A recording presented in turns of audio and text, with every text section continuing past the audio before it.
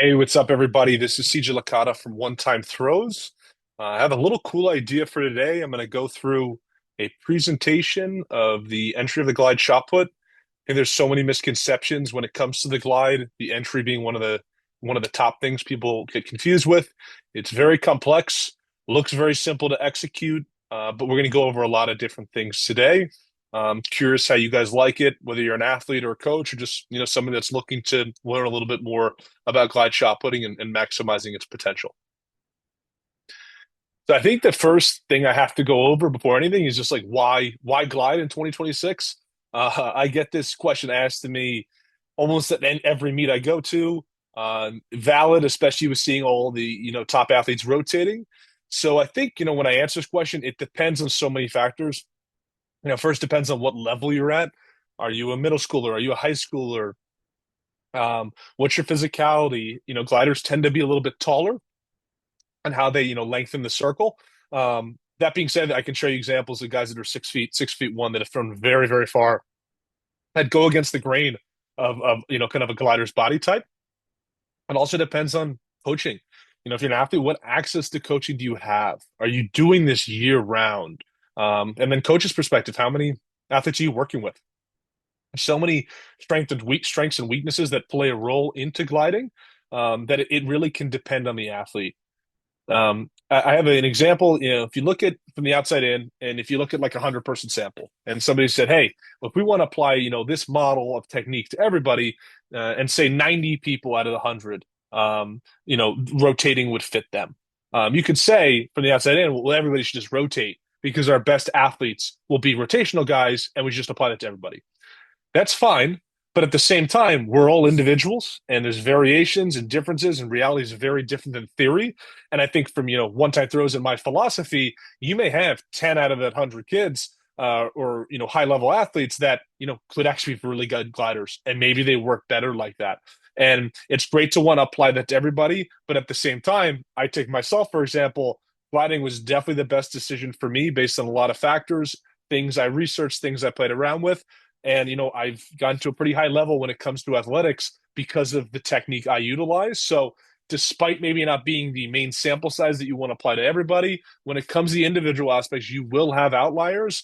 And I think that's not a bad thing. We are chasing, with the work I do, we're chasing development, we're chasing progress, whether that's glide or rotation.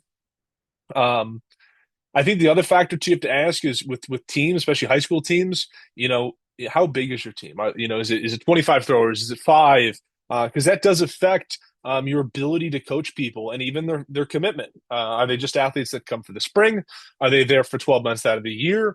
I could speak anecdotally. I did some clinic work for a high school about 20, 25 minutes for me in the early spring, and they had 25 throwers, two throws coaches who knew what they were doing, but they were looking for a little more specialized help. And the big thing is implementation with all the stuff. And there was an athlete there. His previous PR, I believe, was 42 feet. He threw 51 feet by the end of the season, about 10 weeks later. And again, this stuff works, but it is about implementation and repetition. And it's not easy to do that if you don't have a framework or even a philosophy of what to go off of. So that's typically where I come in. So let's get into the glide entry. Um, so you have Ulf Timmerman at the top, and you got Warner Gunther on the bottom. So this is from 1988 Seoul Olympics. Um, so I think the first factor when we get into gliding is how do we lengthen the circle? Okay, when you think of the rotation, okay, the first aspect is getting your weight as far over your left leg to get your weight outside the circle, so you can take a nice wide right sweep leg as a righty and take it to the middle. And Don Babbitt and other research will talk about how the hypothetical advantage of the rotation is if you get your momentum out wide and you load it right with the right leg, you can possibly get more horizontal momentum. So when you get to the middle, it's easier to turn your hips and gain more separation. That's the idea. So how do we lengthen the ball in the glide? Where is that potential coming from? So the first thing I did is if you watch, Ulf Timmerman and Warner Gunther, I put two arrows where their eyes are. So you can see where their right foot is. That's the end of the 7 foot circle. And their head is out over here. So as much as, people look at this and say, oh, he's so low and he's curved, it's for an actual purpose. It's to take it so the 7 foot circle actually becomes 7.5, 8 feet. And this is why typically taller guys tend to get an advantage with this, because if you have a longer torso or you're just longer in general, you can maximize that length. So you're not accelerating from 7 feet; you're accelerating back here, and that will take the ball over a longer path, according to physics. So that's the first aspect. Um, the glide tends to get to top speed at a faster rate, and it pretty much stays there where the rotation is very celebratory. So you got to make sure you set up very well in the entry, because you're really going to be aggressive and be like a rocket. Um, so I think the first couple things that I even just wrote down here is you want to be loose. You want to be passive with your left arm. Your upper body's rounded, wide, extend the radius of the ball. You want to find a start that feels comfortable, that generates momentum, and it makes it natural to explode out of. And I'm going to go over a few other specific examples throughout this presentation, but you don't want to be static. And too often, high school, but even at a college or professional level, people are too static. And it's really hard to not only maximize the length, but it's hard to land in the middle of the circle and have that shot take off. That's why stereotypes like for gliding, you got to be so strong and all this stuff. Depends. There's also a lot of weak gliders that threw very far. Depends on your style and your coaching and access. But my philosophy is you want to maximize length while also the dynamic nature of the glide. So, Timmerman, he brings this left foot up and then he brings it in. And he actually goes up on his toe and then he drops and goes. And I like to use an analogy of like a roller coaster. You're going up and then you're going to go down. And that's the same idea with Timmerman. You're going to go up, you bring it in, and then you go. And that's the culmination of force. But you got to make sure you set up over the right leg. And Gubder's a little more static, but same idea. And you can see as he's trying to drive, one of the cues we use is, chest over the quad. You can see in frame 2 here, and frame 4 for Timmerman, chest over the quad. There's so much thrown online these days about unseating your hips or drop your hips. And I'm going to go over that a little bit more in depth. You do not want to do that. It ruins so many of your throws. I don't know how this went so mainstream, but what happens is when that occurs, is it becomes so left side and you basically fall in. And it's not unlike the rotation, like if you want to compare the two, where if you don't get out left and say you throw your left arm too fast or your weight's falling in the circle, and it's not outside, when you go, it's hard to get off your left leg. You land, you can't catch the shot back. There's not like any whip. It's tough to make it move and be in the proper positions. Same idea as the glide. If you're not careful, you'll just fall in and you'll not be active coming off that right leg. And, the throw needs to be that as soon as you land, that right leg and your lower body wants to explode, but it is a timing and sequencing thing as well. So, as you can see, don't allow your butt to fall in, think chest over your quad. The other aspect is this is not a great image frame to demonstrate it, but if you watch Timmerman here, his I like to use the cue laces down, so you're almost flexing your foot to the toe board, opposed to like dorsiflexing it and curving it in. And why I recommend that for a lot of athletes is so it comes straight in and straight out.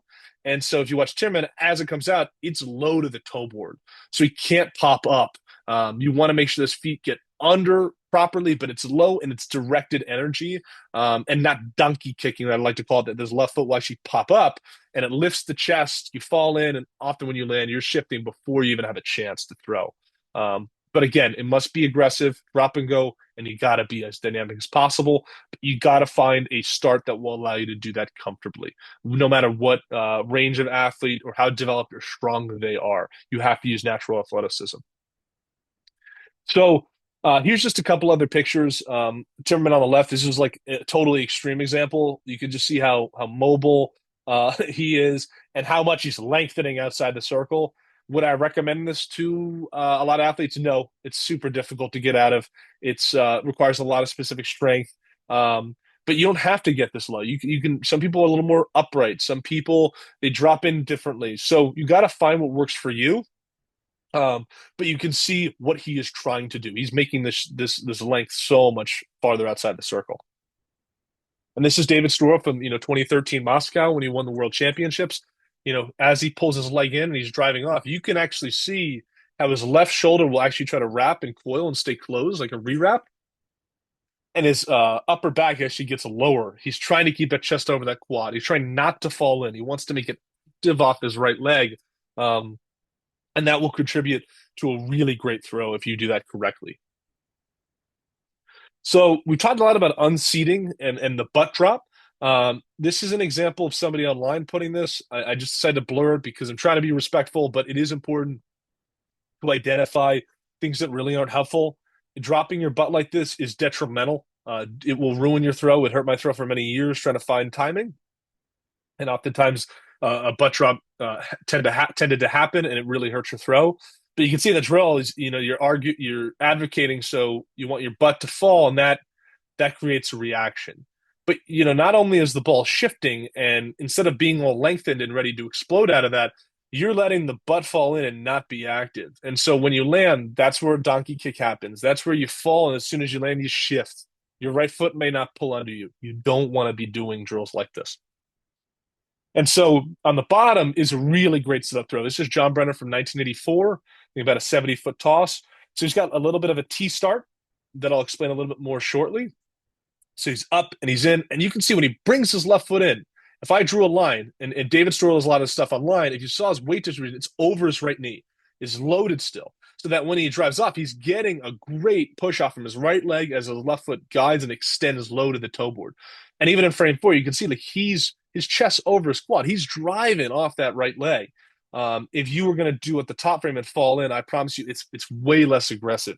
You land, and it's so hard to keep the shot back and turn and get separation.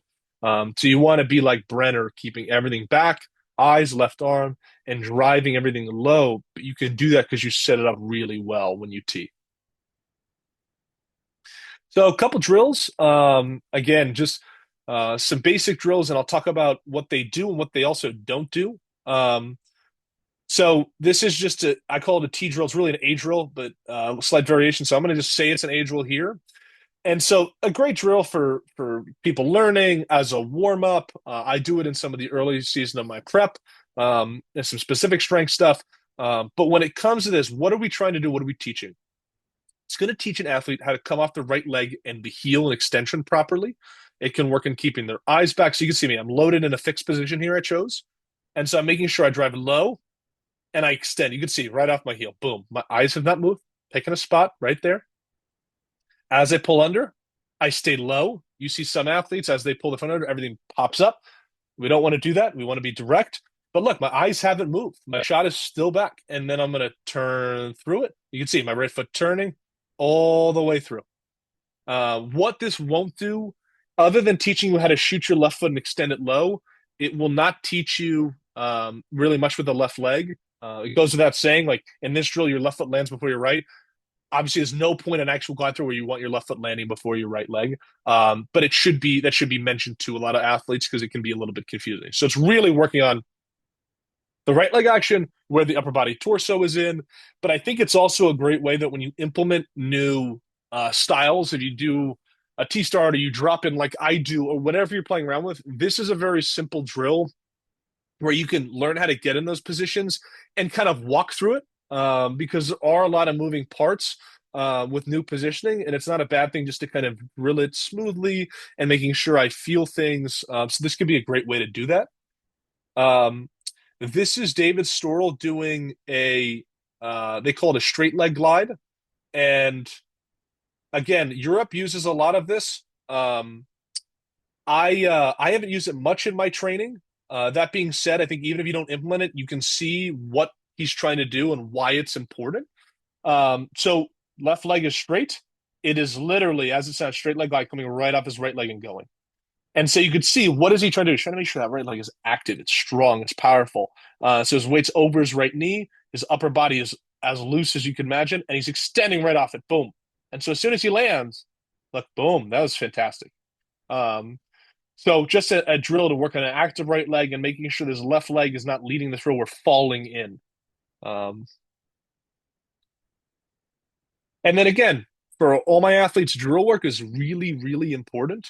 Um, it not only works the muscle memory component, because you got to make sure everything's repeatable, but it also makes sure you feel good. You're setting yourself up before your sessions. But as I told my athletes, if you can't do this properly, repeatable every time, how are we expecting to do this with an actual throw? And this is great. There's a story before Beijing Worlds in 2015. He's up in, stays low, right under, and you can see as soon as he lands, his foot wants to turn. It feels like a strong position, but it also feels just like his throw. We're not just trying to chase a position; we're trying to chase the movement and timing, and we want it to transfer over to our throws. But you got to be able to do a lot of these to make sure it's repeatable. So as we continue on, I mentioned before the T start. The T start is if you think of like a crouch start, you're starting over in a fixed position, but we're gonna go up and we're gonna drop and go. So it's a little simpler to learn, but I think it's really effective and it feels very natural. And you can apply this to a lot of kids, whether they're very strong, whether they haven't lifted. We want to use natural athleticism to make this position something you can kind of catapult or spring off of it very effectively. So a T start, you can see I talk about this laces down analogy. My shot is lengthened. I'm loose. I go up. I go in. And look, I'm still in a loaded body position. I'm loaded over my right leg. I'm in a great position. I can explode right out of. And, you can see the cues out and over the right leg, relax the upper back. Eyes are looking 12 to 18 inches away, but you got to be aggressive. And if you do this right, you can see I actually go up on my right foot and then it tends to drop and go. And so a lot of kids, when you first teach them this, it's like they're very passive. Like they don't want to be super aggressive. It's awkward and there's a balance component. But you want to emphasize to be aggressive, to go up, in, out, shoot it low. Keep the eyes back. And I think too, just a recommendation I have with a lot of people is, chalk out the middle of the circle and, tell athletes you got to get your foot slightly past this. Usually it's slightly past the middle or right at the middle, I recommend. Anything, bigger than that, if you're not even at the middle, it's very tough to keep the shot back unless you're 6'5" plus. So I think the middle or slightly past is the best recommendation where it's comfortable, but that shot can stay back and you can really explode out of. And it's not shocking when you actually glide effectively across that point. You're getting adequate momentum and you land and you can turn out of that position. Here's a great example of a picture to picture kind of sequence frame. This is Al Feuerbach training, I think in 1971, and he's a really great example. I have interviews with him and John Brunner on my website, onetimethrows.com. I would highly suggest going and checking those out. Brunner talked about how him and Art Venegas' coach, when they were gliding, they basically wanted to be like Al Feuerbach, but more dynamic, and they use a lot of Timmerman as well. And so when you see Al, he's super loose, passive, relaxed, and he goes up, he goes in, and as he drives off, like look how low everything is. The eyes haven't moved, the left shoulder's back, the feet are extended, and so this allows him that once he comes under with that right leg, look how far back that shot is. He can turn, turn, keep the weight back, don't go up yet. And you can see eyes at my camera, his right leg is injecting. And then as he stiffens the left side, he can get right through the ball. And it's, this is a reverse throw. He extends, then he's doing a full reverse. It's not just a jump. And I think the big thing is watching is that this is very active with his right leg. You don't see any butt drop. You see how his weight is over his right leg. He's not shifting premature. It's really effective when you do that. Al was between 5'11" and 5'10" and 6'1", excuse me, and only 255 pounds, but heck of a technician. But you have to work at this. You have to throw a lot, and you have to use your athleticism and see what strengths you have to apply to this. So we got a few video examples as well. I'm going to go over a few one of me that also shows probably not what to do.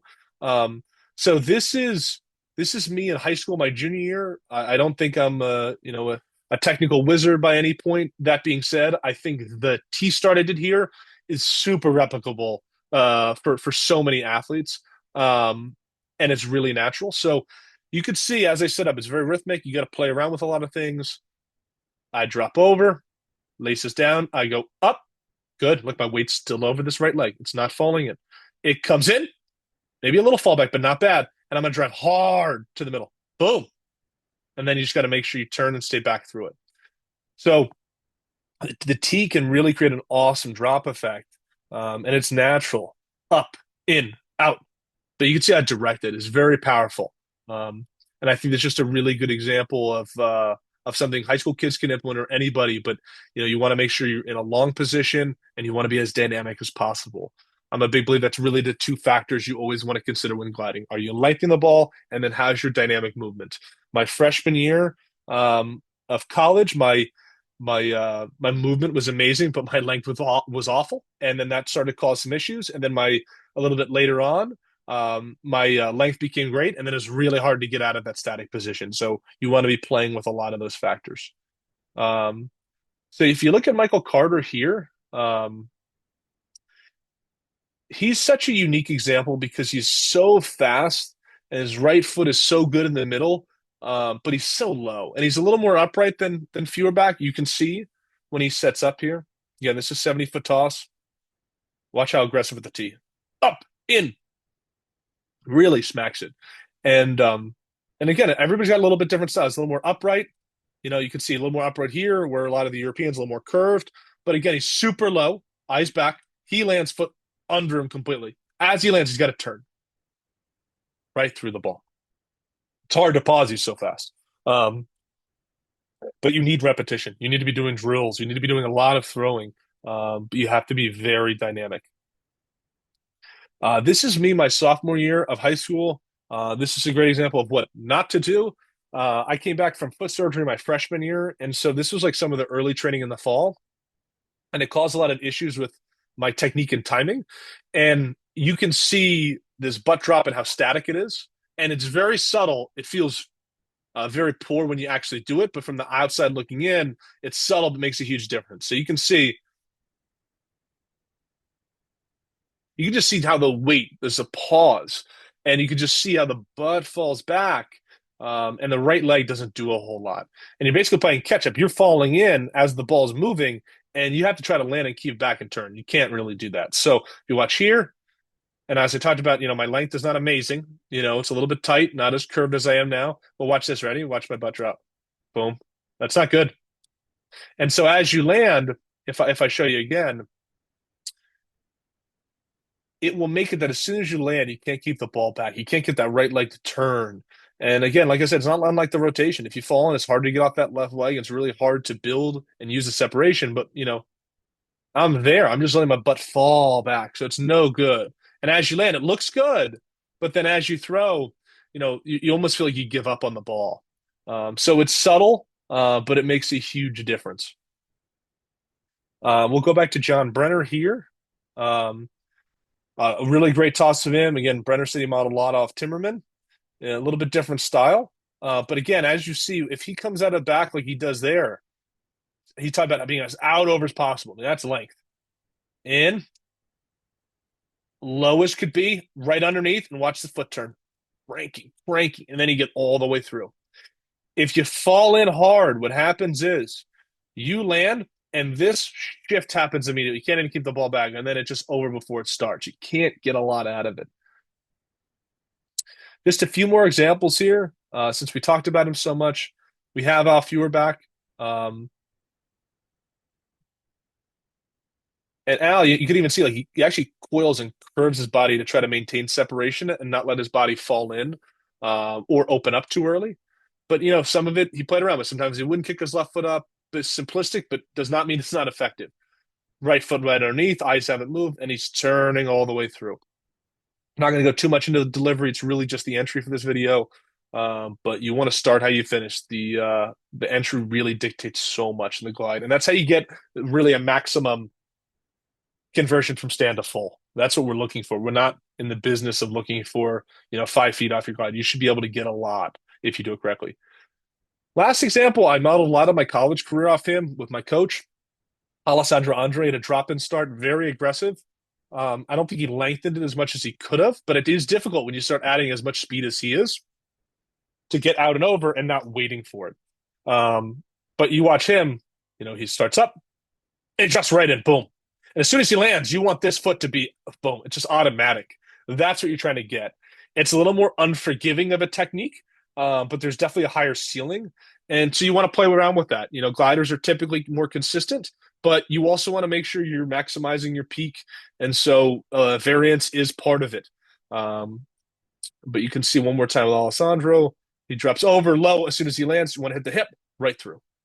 But I think that's where the T-start and other styles can really morph into. Is it's a really good stepping stone because you're using vertical displacement. You go up and you're trying to use that to help the horizontal. You can pivot into other drop-in styles effectively which is really good. And really the last example is if you watch, just look at these pictures of Storal. This is from 2015. Same idea. He talks a lot about it, a lot about the setup over, not unlike Timmerman here, up on his toes. He's going to drop and go. He talked about in one video, it's like an elevator. Like you want to go down before you go out. You want that right leg to be active, the impulse.